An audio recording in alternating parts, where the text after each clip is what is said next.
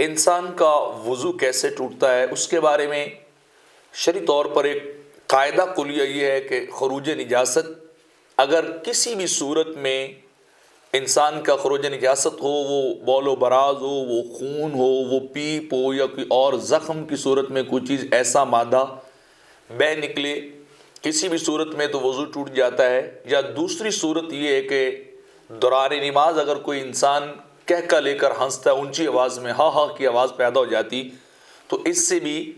وضو ٹوٹ جاتا ہے، کیونکہ اس کے بارے میں براہ راست حدیث مبارکہ وارد ہوئی ہے کہ جو انسان دوران نماز کہہ مارتا ہے اس کا وضو ٹوٹ جاتا ہے، اور آقا علیہ الصلوۃ والسلام نے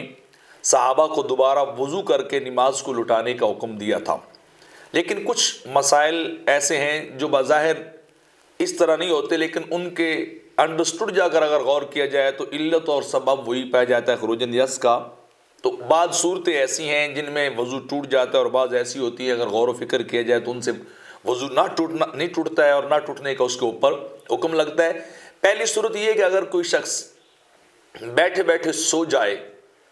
تو کیا اتنے سونے سے اس کا وضو ٹوٹ جائے گا یا نہیں ٹوٹے گا؟ تو نیند کے بارے میں ضابطہ اور کلیہ یہ ہے کہ کوئی انسان اگر بیٹھا ہوا ہو اور وہ نیند کر رہا ہو، اور وہ اتنی اس کے اوپر نیند کا غلبہ ہو کہ وہ دائیں بائیں گر جائے، تو انسان کا وضو ٹوٹ جائے گا۔ یا اس نے بیٹھے بیٹھے کسی چیز کے ساتھ ٹیک اور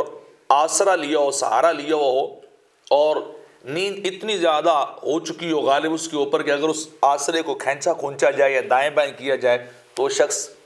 تب بھی گر جائے گا، تو ایسی نیند کی کیفیت سے بھی انسان کا وضو جو ہے وہ ٹوٹ جاتا ہے۔ لیکن اگر نیند کی کیفیت اس سے کم ہو کہ اگر بیٹھا ہے اور وہ گرا بھی نہیں ہے، ابھی تک ہوش و حواس اس کے قائم ہے، باقی ہیں، تو پھر اونگ آنے سے یا ایک آدھی نیند کی جھلک لہر آنے سے انسان کا وضو نہیں ٹوٹتا، پھر اس کا وضو باقی ہے، ابھی تک وہ ہوش و حواس باقی ہے، اتنا نیند کا غلبہ نہیں کہ اس کو اپنے اعضاء کے ڈھیلے پڑ جانے کا کوئی پتہ ہی نہ رہا ہو، تو اس صورت میں پھر وضو انسان کا نہیں ٹوٹتا۔ دوسرا یہ ہے کہ انسان کو وضو کے بعد اگر معمولی قطرات کا شبہ پڑ جائے، پیشاب کے قطروں کا، کہ شاید کوئی قطرہ آیا ہے یا نہیں، اس کے بارے میں بھی حکم یہ ہے کہ دیکھا جائے گا۔ اگر تو پیشاب کا چاہے بالکل ادنا سا قطرہ، چھوٹا سا جو ہے وہ قطرہ اگر انسان کی شرمگاہ سے، پیشاب کی نالی سے باہر نمودار ہو گیا اور وہ نظر آ گیا، تو پھر انسان کا وضو ٹوٹ جائے گا۔ لیکن اگر اسے اپنی پیشاب کی نالی کے اندر ہی پیشاب کے چلنے یا آگے پیچھے ہونے کی جو ہے وہ کیفیت محسوس ہوئی، حرکت محسوس ہوئی، لیکن خارج میں کوئی چیز نظر نہیں آئی، باہر کوئی چیز پیشاب کی نالی سے نظر نہیں آئی، تو پھر اس سے وضو نہیں ٹوٹتا، انسان کا وضو جو ہے وہ باقی رہتا ہے۔ اور تیسرا مسئلہ یہ ہے کہ کیا سگریٹ نوشی، تمباکو نوشی سے انسان کا وضو ٹوٹ جاتا ہے یا نہیں ٹوٹتا؟ انسان نے وضو کیا اور اس کے بعد سگریٹ پی لی ہو یا حکے کے 2-4 کش لگا لیے ہوں، تو اس کا جواب یہ ہے کہ ان کے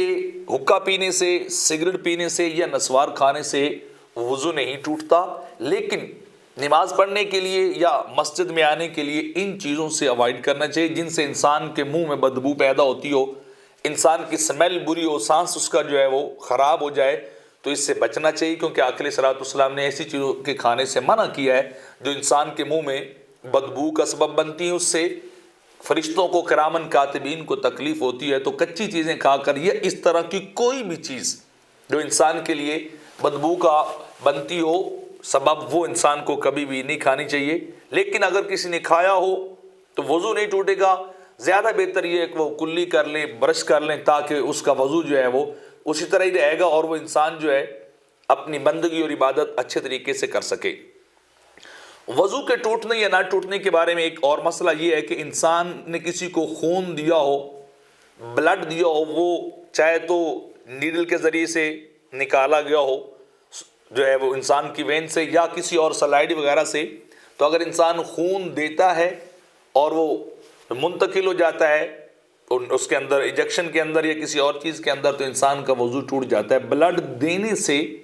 انسان کا وضو ٹوٹ جائے گا، کیونکہ یہ اتنا خون ہے جو انسان کے جسم سے نکلا ہے اور وہ آگے چل پھر بھی سکتا ہے اور آگے جا سکتا ہے جس جگہ کے پاک کرنے کا اور دھونے کا شرعی طور پر انسان کو حکم ہے۔ اور اسی طرح ایک اور مسئلہ یہ بھی ہے کہ انسان بعض اوقات اس کو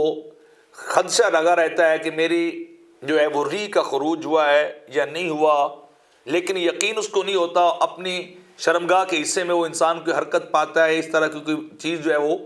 انسان محسوس کرتا ہے، تو اس کو حکم یہ ہے کہ جب تک یقین کامل نہ ہو جائے انسان کے ری کے خروج کا، اتنی دیر تک انسان کا وضو نہیں ٹوٹتا، کیونکہ وضو یقینی ہے، اور دوسرا خروج ری جو ہے وہ شک، اور شک کی وجہ سے یقینی چیز کو نہیں چھوڑا جا سکتا۔ لیکن انسان کو اپنا علاج کروانا چاہیے، یا ایسی صورتحال ضرور بنانی چاہیے